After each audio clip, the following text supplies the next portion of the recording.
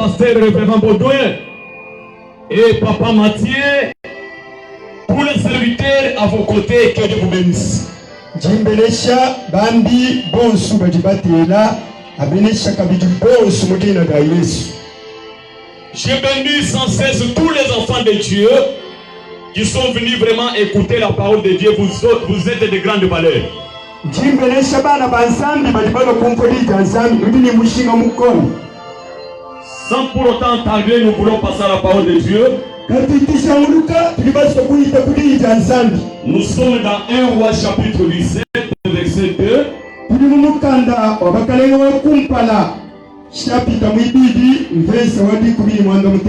Et quelqu'un d'autre va nous lire Ésaïe 54, verset 1. Mukwabulia tubalila mukanda wa Eshayi chapitre wa makunya taruni umwa mvensa wa kumujilu. Chapitre 4 verset 1 et il va sauter pour lire le verset 6. Ni abala mvensa mwinai atumpika mvensa mwisambo. Quelqu'un qui respecte Dieu peut se tenir debout. Muntu yonsi dulemeka nzambi ulimwa kwimanyira kulu. Jésus.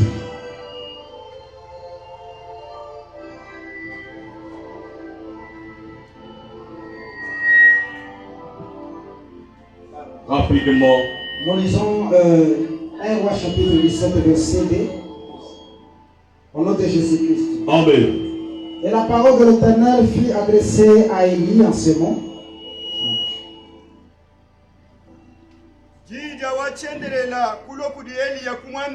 Par d'ici, dirige-toi vers l'Orient. Et cache-toi près du torrent de Kérit, qui est en face de Jourdain.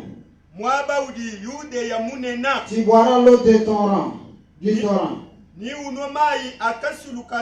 Et j'ordonnais au corbeau de te nourrir là. Ils partirent et firent selon la parole de l'Éternel. Et il a établi près de torrent de Kérit, qui est en face de Jourdain. 6. Le corbeau lui apparut du pain, lui apportait du pain et de la viande le matin, et du pain de la viande le soir. Il buvait de l'eau des torrents. 7. Mais au bout d'un certain jour, le torrent fut à sec,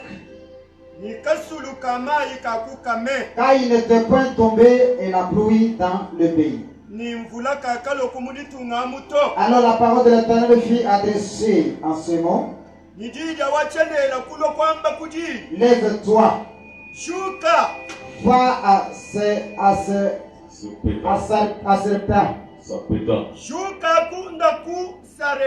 qui appartient à Sidon, et demeure là.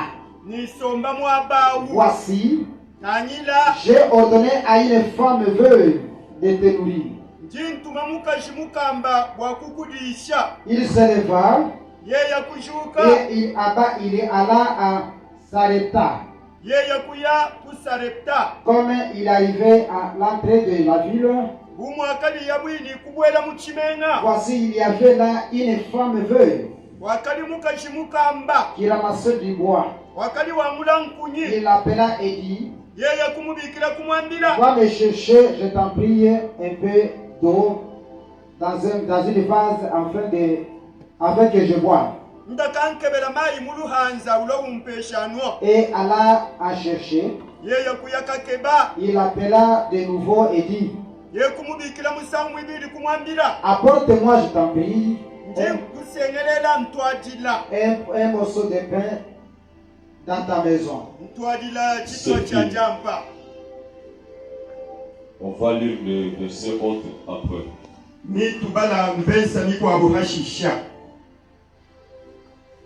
Amen. Que Dieu vous bénisse encore une fois.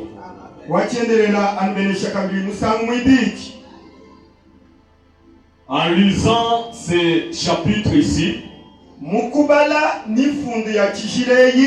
je vais utiliser quelque chose ce matin pour toi. Puisque Élia, le prophète, il fut un grand prophète puissant, utilisé beaucoup par Dieu.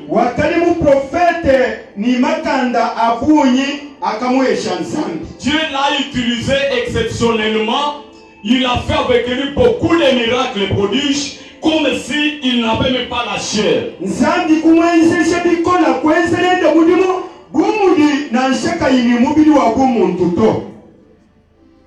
Un jour, dans sa ville où il vivait, le roi qui régnait pendant ce temps-là, il n'était pas content des affaires de Dieu.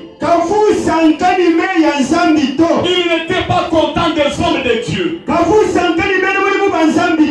cause de quoi? Puisqu'il s'était marié d'une femme qui avait un dieu de chez elle, donc l'idolâtrie.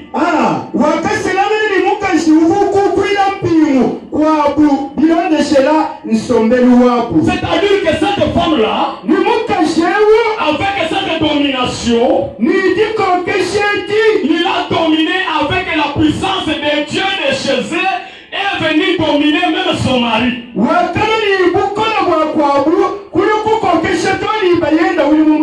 Comme la femme peut aussi, jusqu'à nos jours, il y a des femmes qui quittent les Césaires pour venir envoûter leur mari.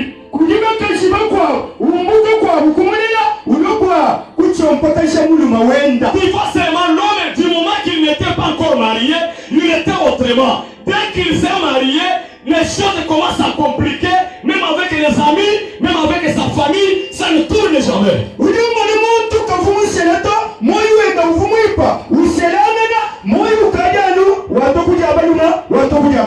Voilà que le roi Akab ici, avec cette influence pour qu'il soit aimé par la femme, est allé faire l'idolâtrie jusqu'à persécuter les hommes de Dieu, tuer, décapiter même.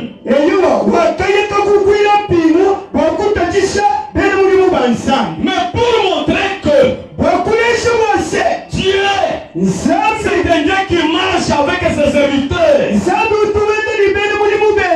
Là où il y a quelque chose de Dieu, le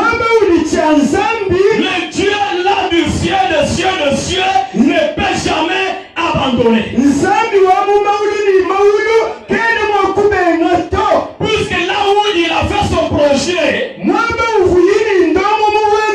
il veille jour et nuit là où il a son projet sur la terre où nous sommes.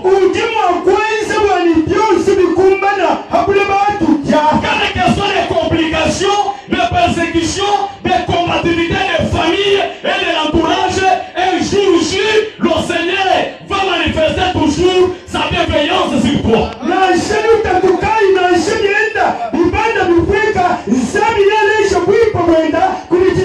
Voilà que le prophète Élie, on a tué même ses amis. Mais comme il dit avec lui, est avec lui, il avait encore un projet dans lui. Il l'a protégé. On le cherchait pour le tuer aussi. On le cherchait pour le faire du mal. Mais comme c'est un Dieu qui protège, il l'a protégé. Il lui a parlé. Il lui a dit, Élie, sors d'ici. Vu que ce roi, il devient un apostat. Il Il m'a saboté, il m'a rejeté. Même cet espace, même son peuple est déjà maudit par moi. Et tous ceux qui l'écoutent sont déjà maudits car je vais frapper de la sécheresse pendant 3 ans. Même s'il travaillait, même s'il faisait n'importe quoi, ils ne resteront plus. Prononce comme ça pour ce peuple. Par ta parole, je le ferai. C'est là où je t'envoie. À Sarpétan là-bas, j'ai déjà préparé. Puisque c'est un Dieu pourvoyeur. Alléluia. Amen. Amen. Un Dieu pourvoyeur. Élie n'avait plus ni famille pendant ce temps. Là où il est parti, il n'avait ni frère ni sœur. Mais le Dieu pourvoyeur, le Dieu mettre des provisions surnaturelles, le Dieu qui fait que là où il n'y a rien, il lui fait quelque chose. Le Dieu qui fait que là où il y a un désert, il lui crée. Il l'a envoyé là-bas. Bien que la famille, bien que dans le désert, va là-bas. Même si tu n'as rien, je serai avec toi. Je vais te nourrir. Fais la main comme ça, bien-aimé. Amen. Amen. Amen. Je vais te parler ce matin. Le petit thème intitulé Seigneur, fais l'empreinte dans ma vie. Tu t'emportes. Voilà. Amen. Que Dieu puisse sceller quelque chose dans ta vie, bien-aimée, dans toutes tes histoires, tes affaires. Que Dieu fasse l'empreinte ce matin. Puisque Élie, comme il avait la grâce de Dieu, comme il avait vraiment le ministère de Dieu, Dieu était avec lui dans toutes les capacités. Comme tu es là, mon Seigneur, s'il a un projet dans toi, s'il a semé une grâce quelconque dans toi, que cette grâce-là,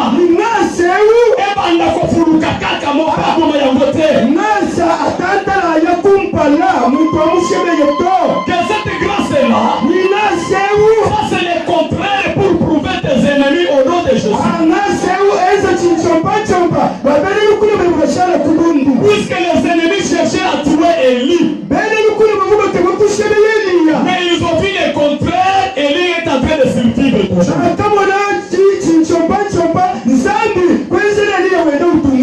Élie a accepté appliquer la parole de Dieu. Je pars où?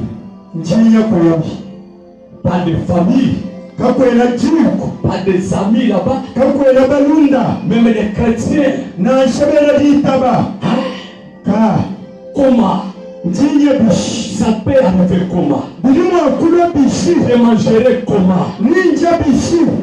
Dieu lui a dit, il y a une veuve qui souffre aussi de la nourriture. Cette femme-là va te nourrir. Bien qu'elle soit veuve, bien qu'elle soit comme ça sans mari, j'ai déjà préparé pour toi. Parce que c'est le Seigneur qui sonde le cœur. Alléluia. Amen. Élie est parti. Il a vu de tels signes. Il a suivi la vie de Dieu. A trouvé cette femme-là en train de ramasser pour aller faire un peu de la sauce et son fils pour manger ne fût-ce que ce jour-là et mourir. Dieu a pourvu pour Élie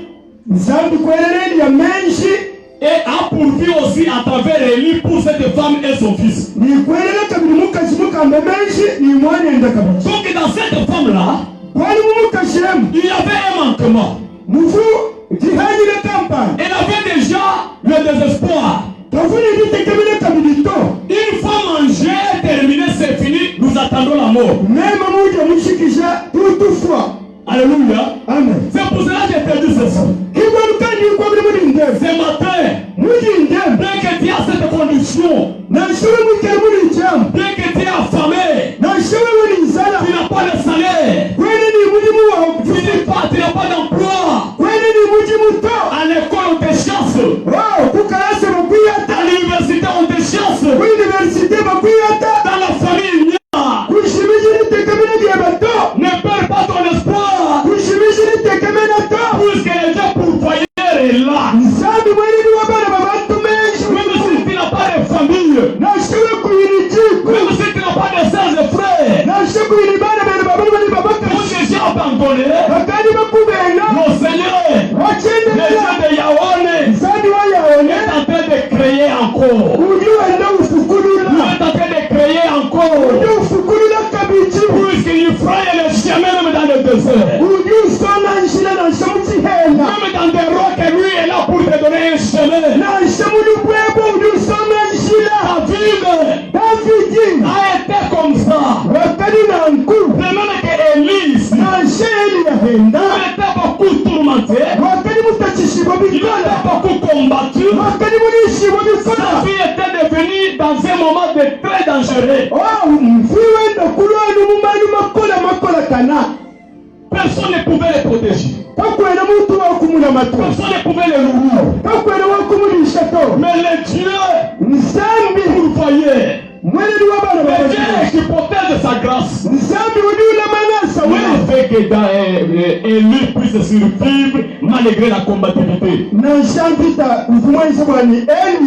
Bien-aimé, dès que la combativité, dès que la maladie, malgré la mort, c'est déjà l'habitude dans la famille. Dieu a fait sortir Élie dans sa patrie, là où il était, puisque cet espace était déjà dans la malédiction de Dieu.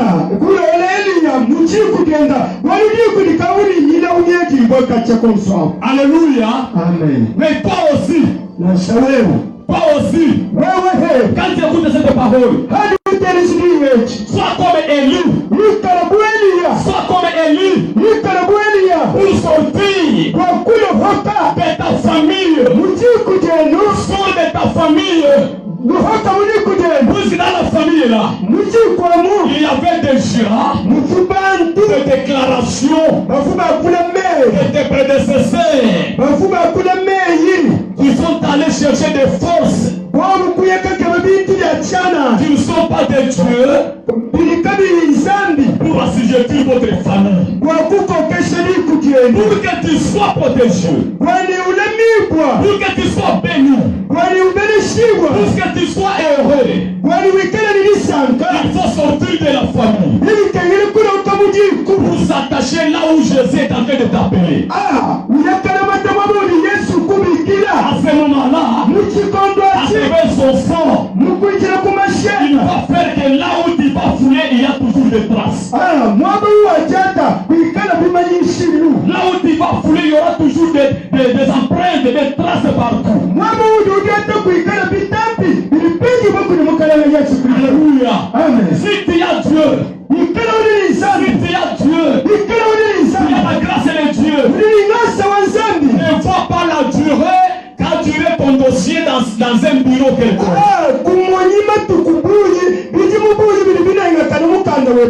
Si tu as Dieu, ne vois pas la grandeur et la multitude de tes ennemis. Vois qu'un jour, Le Seigneur va faire de bonnes traces avec toi. Il va faire de... Il y a un homme de Dieu. Là où il y a un homme de Dieu, le Seigneur lui-même a dit ceci. Là où coulera la plante de vos pieds, je serai avec toi. Si tu as la grâce de Dieu, même si la pluie a rougi là-bas, si la guerre a rougi de l'autre côté, du moment que tu vas fouler, les choses vont changer au nom de Jésus. Les choses vont changer au nom de Jésus. Et lui, le jour, et il y a le mandat de Dieu, le jour, il a foulé dans la maison de cette dame. Il y avait la famine, il y avait la crise, il y avait l'humiliation, il y avait la négligence. Afin qu'il puisse pousser son pied dans sa maison, là où il y avait la sécheresse, il y avait déjà l'abondance. Amen, amen. Amen, amen. Si tu es en complication, tu as des complications quelque part, à un moment, il faut accepter le nom de Dieu, c'est venir, même il mérite dans ta maison.